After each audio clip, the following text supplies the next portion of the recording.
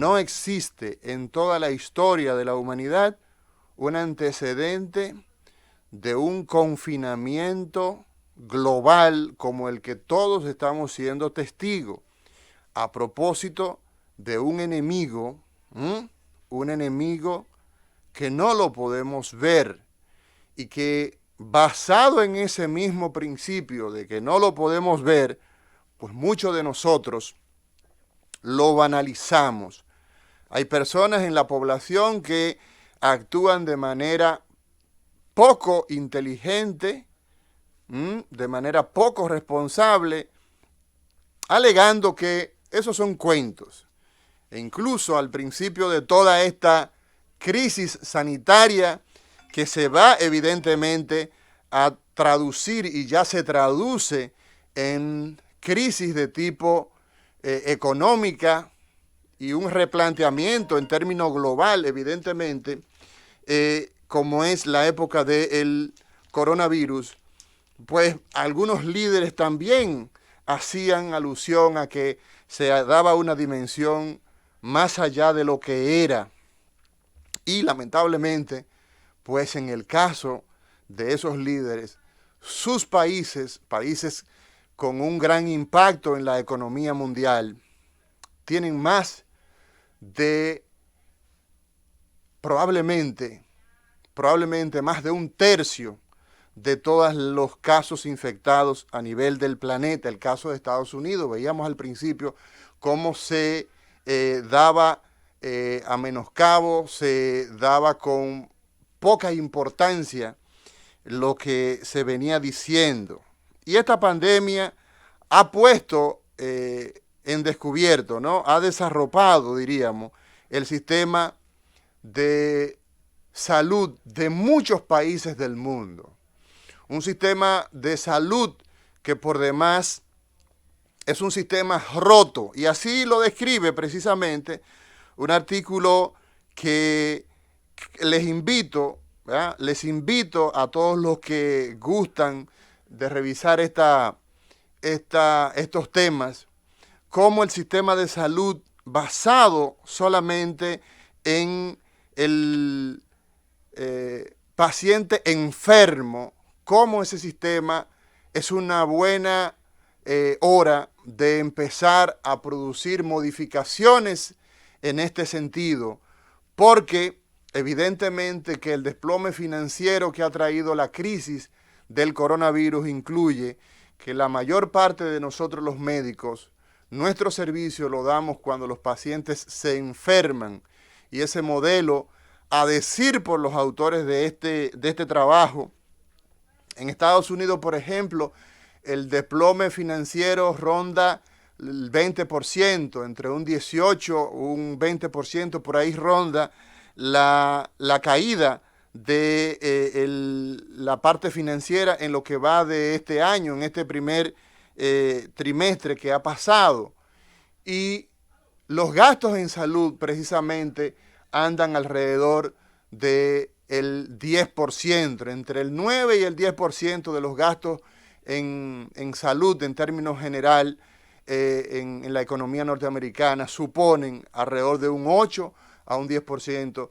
Y el hecho de que las personas que no tienen la enfermedad, que no son víctimas del coronavirus, el estar en sus casas, el postergar los procedimientos electivos, la cirugía, toda esa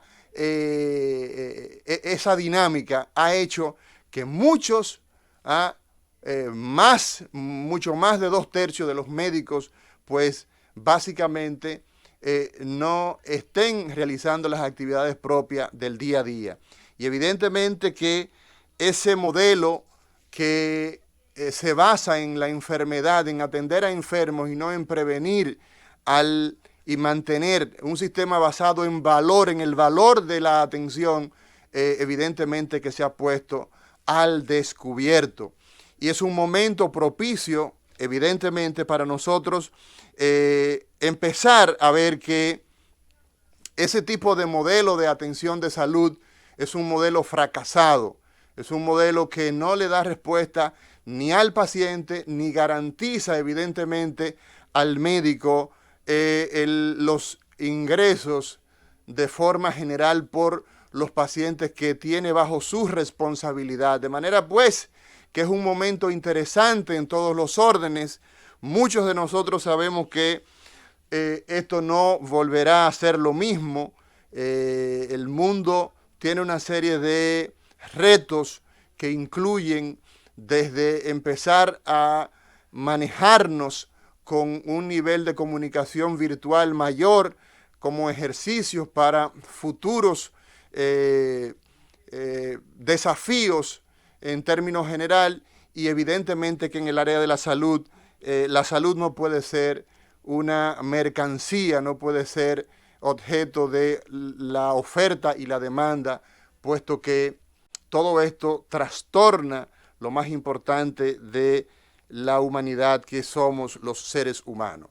En el día de hoy nosotros vamos a estar hablando con un prestigioso médico que es importante para todos nosotros ponernos en contacto con médicos de diferentes áreas, y la crisis que nosotros estamos padeciendo evidentemente ha traído como consecuencia que muchas situaciones de salud del día a día se hayan desatendido, y estrategias, por ejemplo, como la telemedicina es una de las herramientas que en el día a día se ha estado haciendo, se ha estado realizando. Evidentemente que nosotros necesitamos, Cundo Camarena, vamos a llamar a nuestro invitado en el día de hoy, y les decía, señores, que evidentemente que las estrategias de comunicación a distancia, la telemedicina, telesalud, como se le quiera llamar, pues necesariamente es obligatorio en este momento hacer uso de ella. ¿Por qué razón? Bueno, porque ciertamente todo apunta a que el momento actual, el tema obligado es el coronavirus, el COVID.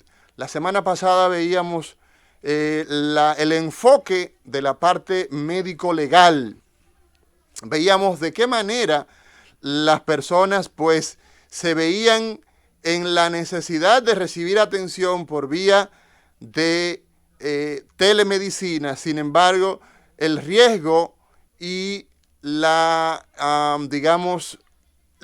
posibilidad de nosotros estar en contacto con los médicos a través de vías digitales también abre la oportunidad de producir demandas y todo esto. Veíamos también, por otro lado, un enfoque muy interesante que se hacía de esta receta médica de la Z en relación a la posibilidad de que un paciente que haya sido contagiado a partir de un acto médico, a partir de uno de los miembros de los servicios de salud que le estaban prestando atención, si podía ser evidentemente objeto de demanda. Entonces son muchos aspectos que surgen.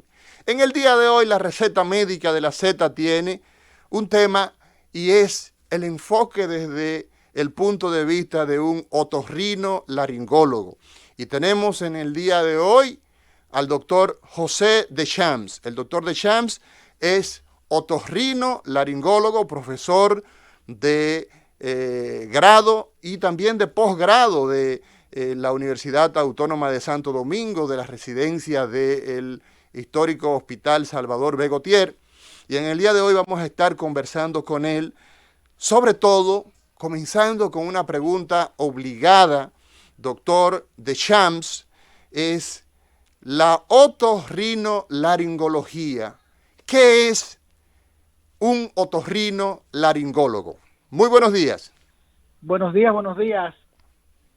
Un otorrinolaringólogo es el especialista que trata las enfermedades de la cabeza y el cuello, que no incluye el interior de la cabeza, es decir, el cerebro, ni los ojos, ni los dientes.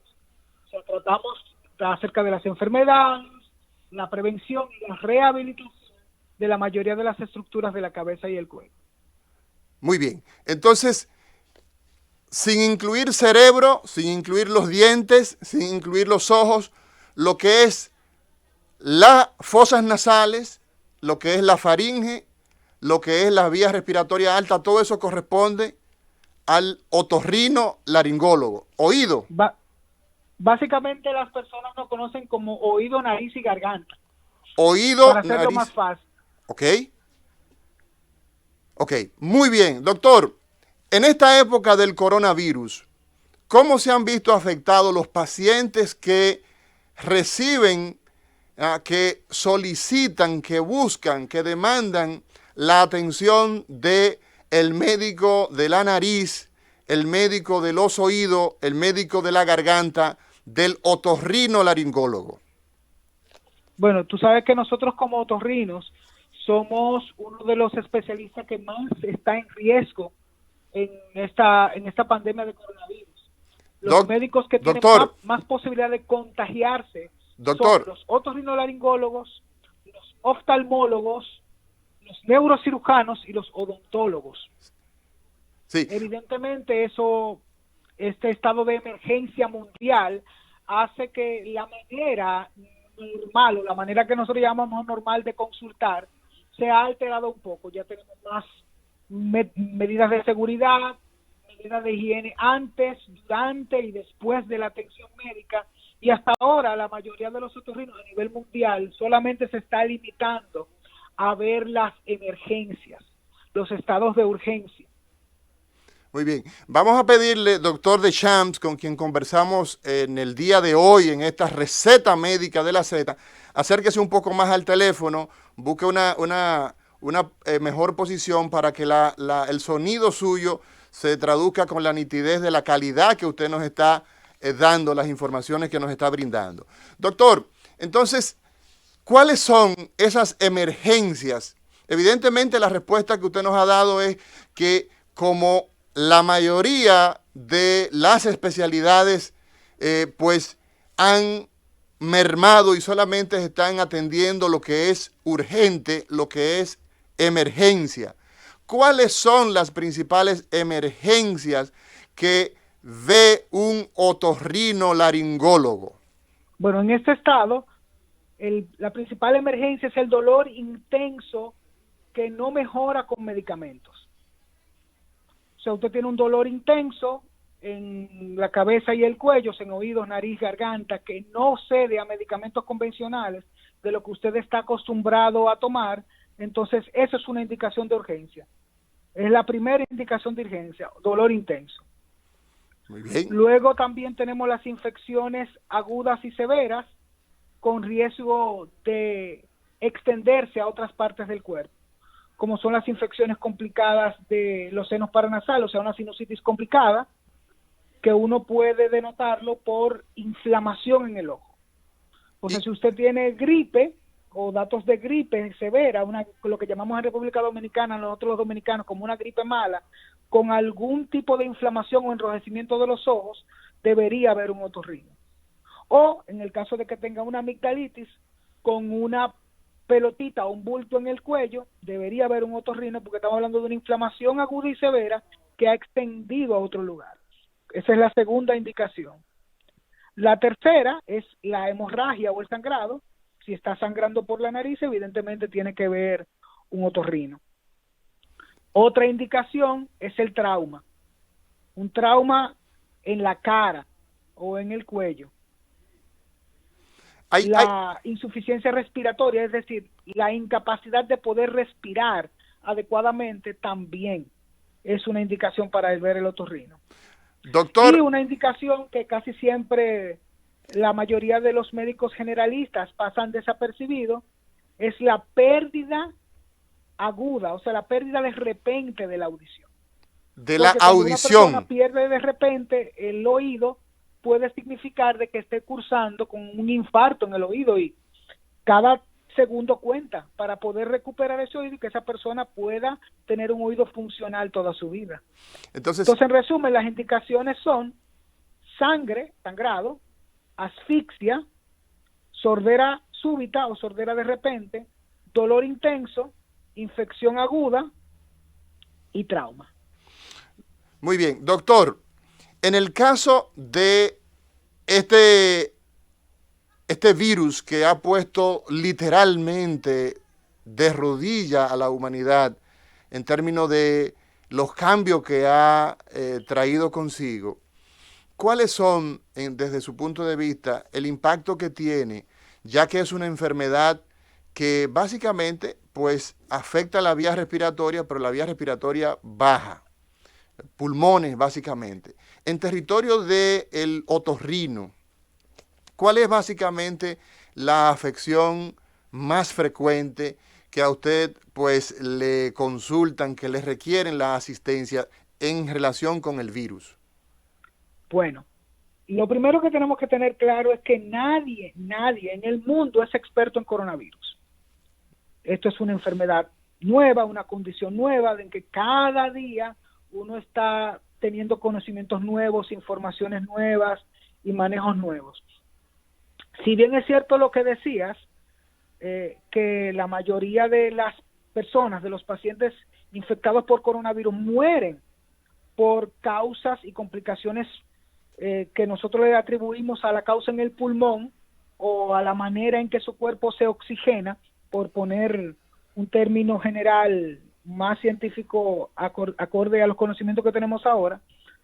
No bien es cierto que el mayor reservorio, la mayor reserva de virus no se encuentra en el pulmón, sino se encuentra en el área de otorrino. Se encuentra en la vía respiratoria alta. Específicamente en la faringe, lo que nosotros le llamamos garganta. O sea, la mayor cantidad de virus se aloja y se reproduce en la nariz y en la garganta.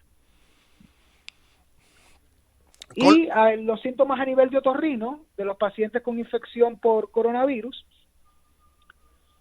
se han descrito mucho porque el virus es muy afín al tejido nervioso.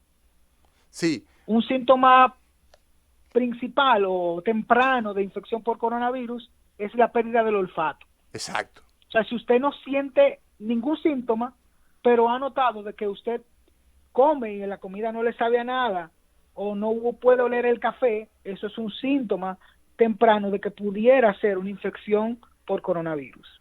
O sea, la pérdida de olfato y la pérdida de gusto son síntomas tempranos de infección por coronavirus. No asociado, doctor, en este caso necesariamente a un proceso catarral, donde usted, pues por ejemplo, es muy común que la disminución del olfato o la pérdida del olfato y del gusto en los procesos catarreales aparece, pero hay toda una sintomatología que pudiera pues asociarlo a ese proceso ya conocido. No, pero es fácil determinarlo porque los procesos catarrales van acompañados de una serie de síntomas, incluyendo la producción de mucho moco. Exacto. Y normalmente que no es el caso por coronavirus no cursan con una alta producción de moco. Exacto. Inclusive la tos que produce es una tos seca. Es una tos seca, eso es correcto. Entonces, ¿por qué mecanismo? Nosotros explicábamos en días pasados, pero aprovechando la presencia del doctor Deschamps, quien es otorrinolaringólogo y ofrece sus servicios en el Centro de Otorrinolaringología de la avenida 27 de febrero. Ahí lo encontramos en tiempos de no coronavirus. Ahora el doctor, al igual que la mayoría de los médicos en todo el planeta, están atendiendo urgencias solamente y los casos de coronavirus. Básicamente ese es un hándicap que tenemos. Entonces, doctor, ¿por qué razón se produce un trastorno de la olfacción y del gusto en el caso de los pacientes con coronavirus? Después de esta pausa seguimos hablando con el doctor José Deschamps, otorrinolaringólogo, en esta receta médica de la Z.